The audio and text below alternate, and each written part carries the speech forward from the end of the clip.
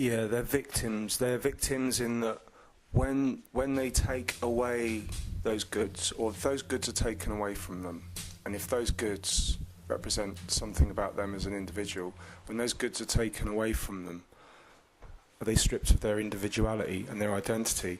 Does individuality and identity become dependent on the consumption of goods? In terms of whether there's a zero-sum game being played or a positive-sum game being played, I think that basically everyone's losing, both those that can't afford to consume and those that can. It's a lose-lose situation. Those people lose themselves and their identity and their true self through the acquisition of goods, and people that can't afford those goods are alienated as well, in that they don't feel they are worthy or good because they can't afford to be good. And so basically they're all losing.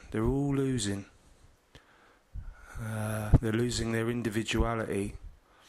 People are more and more defining themselves in terms of what they have rather than what they are. And what they are is just victims. Those at the bottom and the top of the economic spectrum, they're all losers. We're all losers in that respect, to some degree or other, per se. You dare say we're all losers, and fucking up the earth as well. Not only are we losing our sanity, we're actually losing the earth through consumption. It's fucking crazy, mate. It's all going down the plug hole.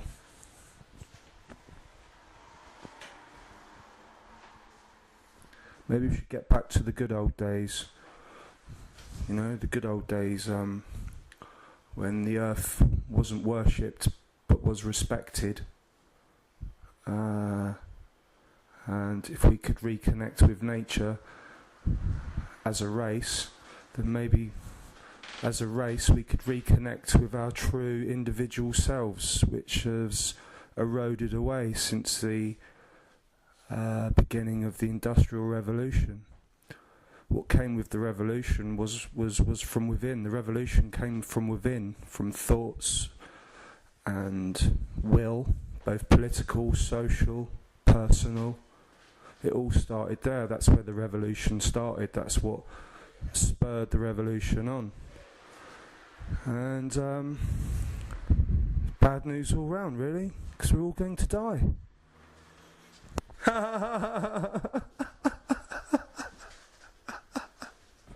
As we lose ourselves, we lose the earth as well. Losing everything, really. We're losing our minds. The race has lost its mind. The race of human beings has lost its self-respect. It's lost its kinship with the earth, the universe. All at the expense of mass consumption and everything else that led to it.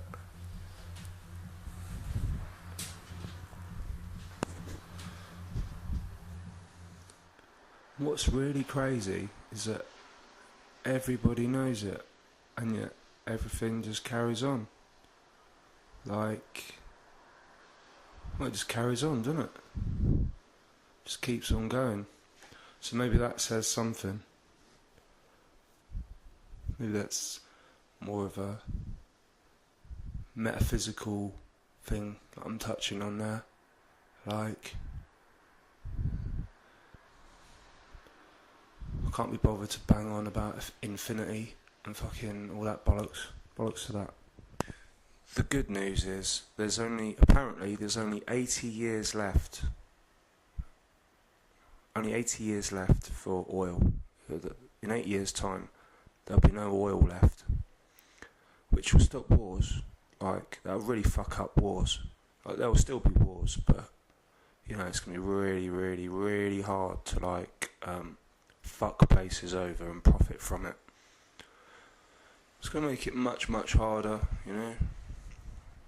maybe war's gonna get heavier soon, probably, because the oil's running out and everyone wants power and control before it all runs out. Because when the oil runs out, it's going to be really hard to like take over, say, I don't know, it'd be really hard to invade, I don't know, fuck it, just out of random, like Australia. You know, how the hell are you going to like mobilise thousands of people to Australia? They just have to resolve to like wooden boats, submarines, I don't know.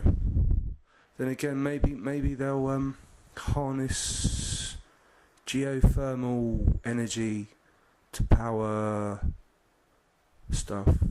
I don't know. I don't even know what I'm on about, really. I don't know enough to comment about that, but you know, it's nuts. The very thing they're fighting over is the very thing that allows them to fight. It's insane. That is just nuts. The very thing that war is all about, which is oil, that oil that we're fighting for is needed to fund the war, to fight for it. It's fucking crazy. Fucking nuts if you think about it.